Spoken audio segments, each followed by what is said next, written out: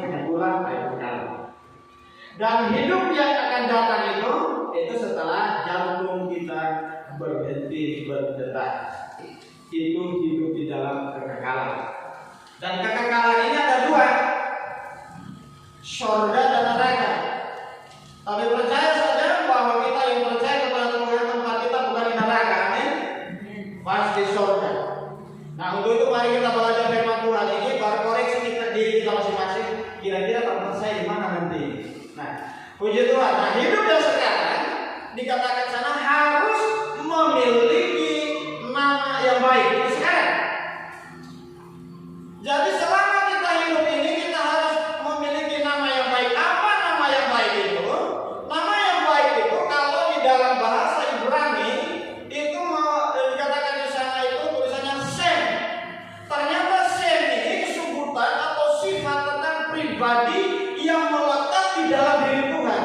Dengan kata lain, kalau kita memiliki nama baik, artinya sifat Tuhan itu harus melekat di dalam kehidupan kita.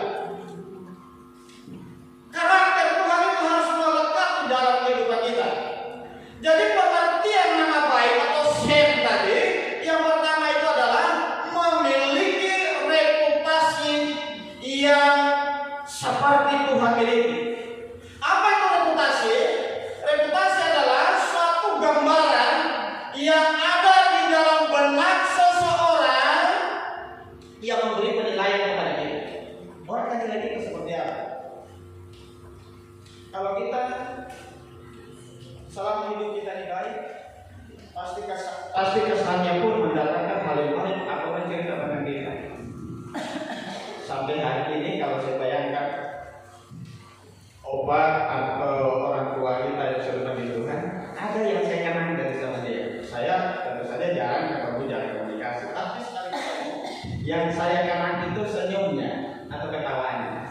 Itu masih sekarang masih terbayang sama saya. Saya dulu di situ tadi masih terbayang ketawanya dia udah gigi gitu kan. Jadi apalagi ya anaknya, apalagi yang satu rumah dengan dia pasti banyak hal yang menjadi kenangan yang luar biasa. Selalu ada kenangan.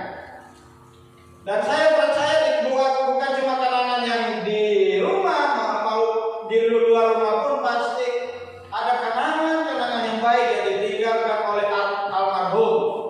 Karena kita percaya dia adalah seorang hamba Tuhan. Pasti banyak kenangan yang baik yang ditinggalkan. Makanya sangat penting kalau kita di sini memiliki nama baik. Nama baik adalah memiliki reputasi seperti yang Tuhan miliki.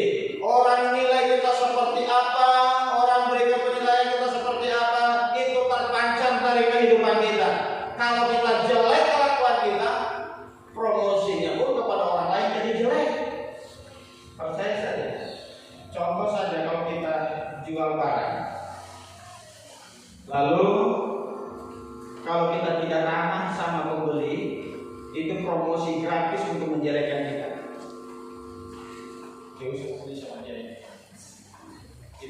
Tidak bisa ditawar barangnya. Jangan beli sama dia. Dia kalau ditawar barangnya, naik tensi dia orang mana. Jadi orang itu pasti akan pindah ke tempat lain. Belanja di sana. Kalau belanja di sana, di kios sana, sekalipun mahal sedikit tidak apa-apa. Tapi orangnya baik sekali. Itu beda. Luar biasa kan? Jadi itu promosi secara gratis bagi orang lain, untuk usaha kita untuk diceritakan orang lain di luar sana dari perilaku kita.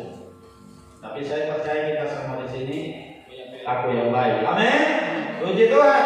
Jadi itu hal yang pertama tentang pengertian nama baik itu tadi. Pengertian nama baik itu yang kedua adalah memiliki karakter seperti yang Tuhan miliki. Di dalam Kejadian 21 ayat 33 bilang begini. Lalu Abraham menanam sebatang pohon tamariksa di Berseba dan memanggil di sana nama Tuhan Allah yang kekal. Nah, waktu Abraham memanggil nama Tuhan di sana, ternyata itu sebutan yang dipakai Abraham itu adalah sebutan Shem. Dia memanggil dengan kata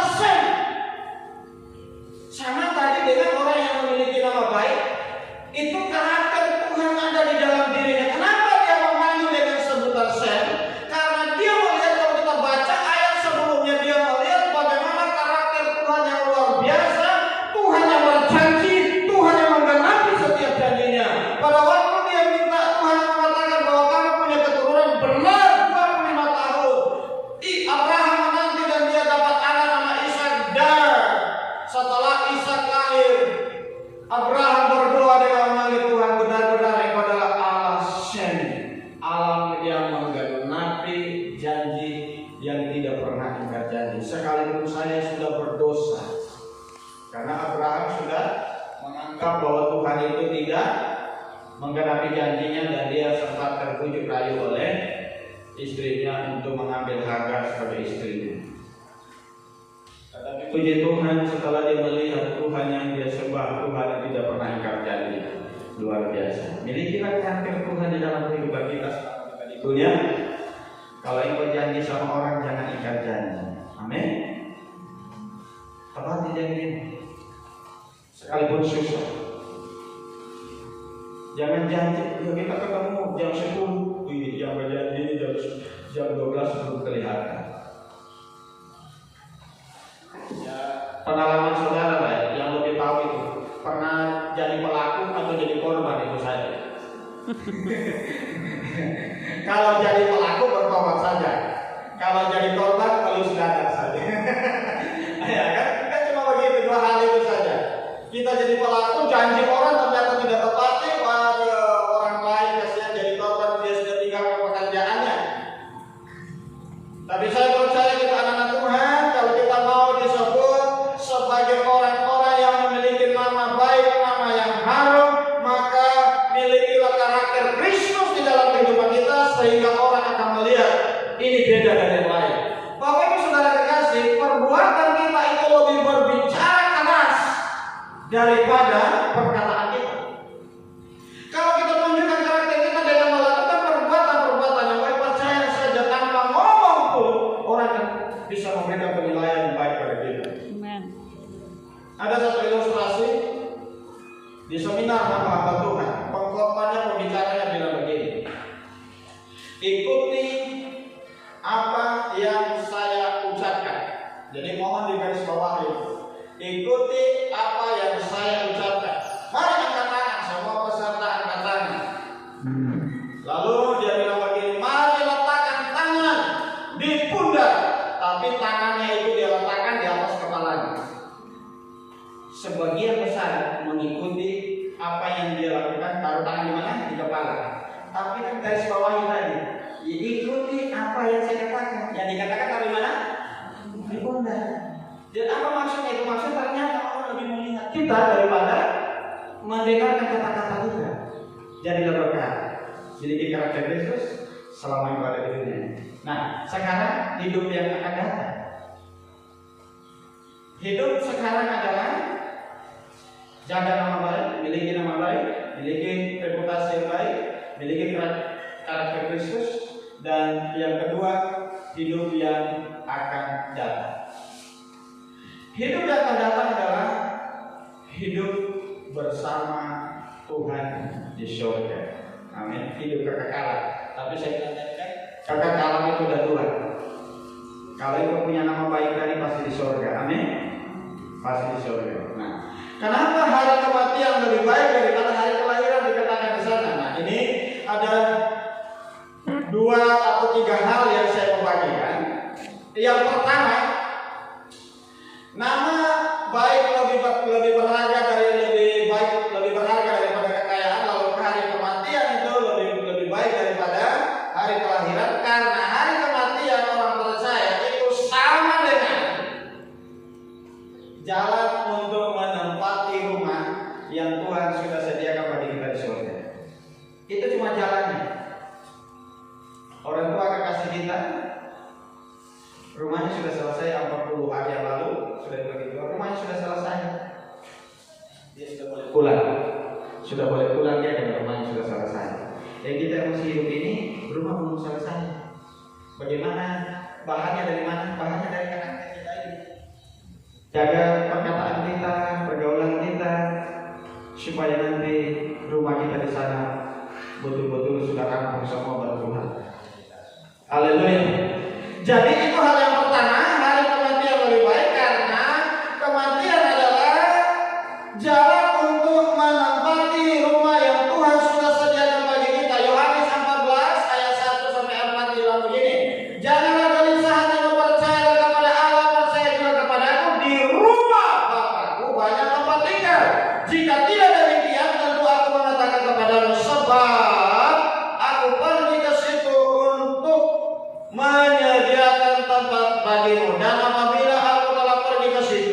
dan menyediakan tempat bagimu. Aku akan datang kembali dan membawa kamu ke tempatku, supaya di tempat di mana aku berada kamu pun berada, dan kemana aku pergi kamu pun tahu jalan ke situ. Luar biasa kan?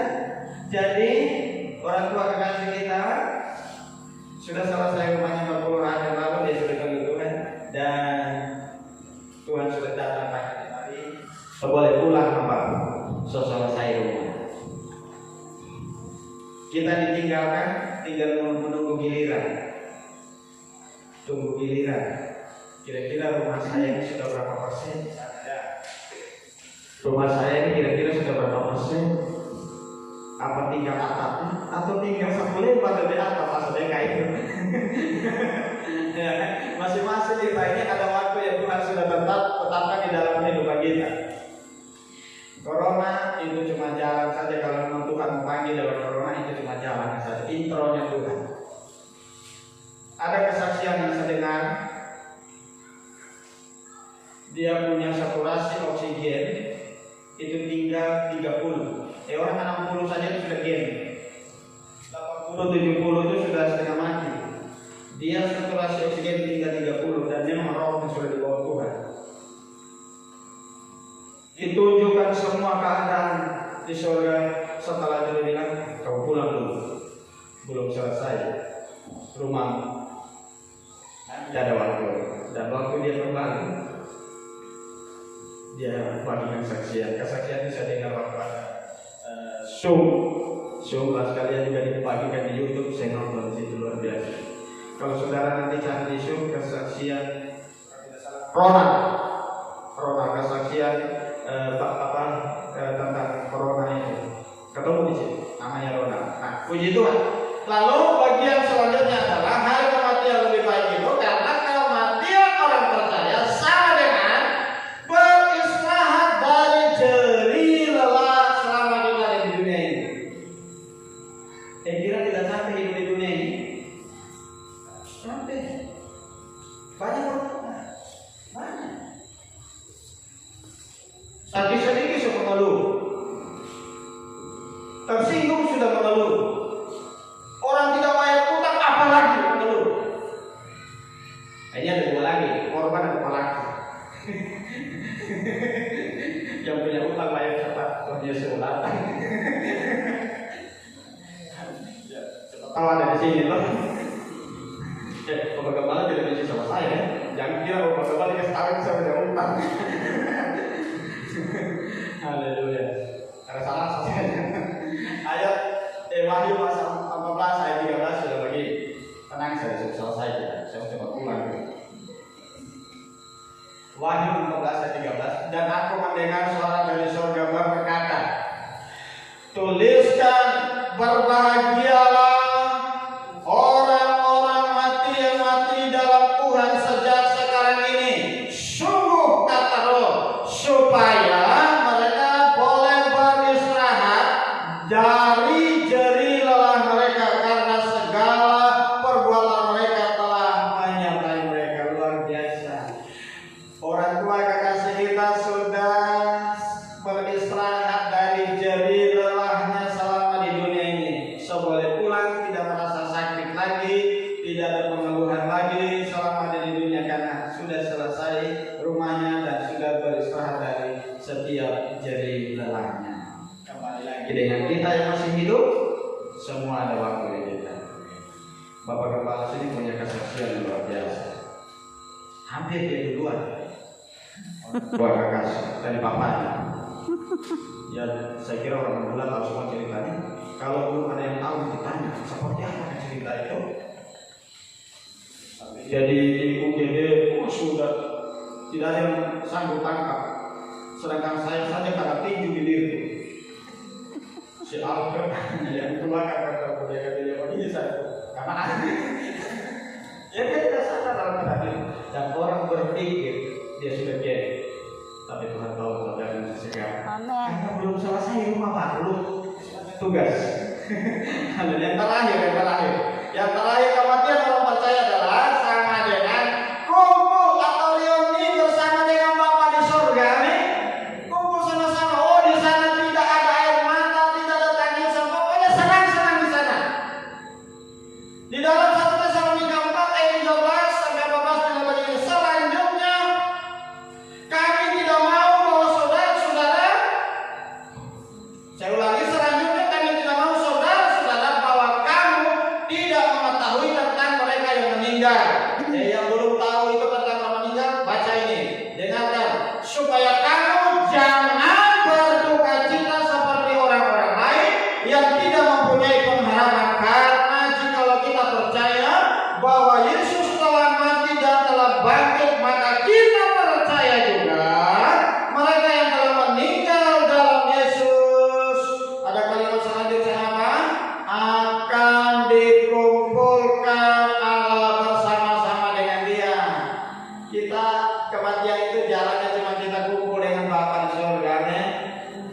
tidak ada lagi susah di sana. Semuanya luar biasa. Tinggal kita ini kadang ingat lagi papa, sedih lagi. Ingat mama, sedih lagi. Sampai diposting di Facebook. Aku rindu papa mama. Tidak apa. Saya juga sudah yatim piatu sudah. Papa saya juga sudah dipanggil Tuhan duluan, baru menyusul mama saya. Kalau keluarga ini, mama duluannya, baru papa. Kalau saya, papa duluan. Waktu mama saya meninggal, itu mujizat terjadi. Mujizat begini. Ini kan saya tanya sama keluarga saya, kapan mau dimakamkan? Dibilang besok. Ih, cepat sekali, cepat tahu dia masih hidup. Saya berkelakar lagi kan. Cepat sekali kamu kuburkan. Lalu karena situasi waktu itu, saya lupa sudah corona belum ya? Natal. Belum, ketika corona itu. Desember. Natal. Cuma masalahnya waktu itu, ini mau perjalanan ke sana itu hari Minggu. Lalu Senin pagi, Selasa mau dikubur. Senin pagi jemaat carikan saya tiket pesawat.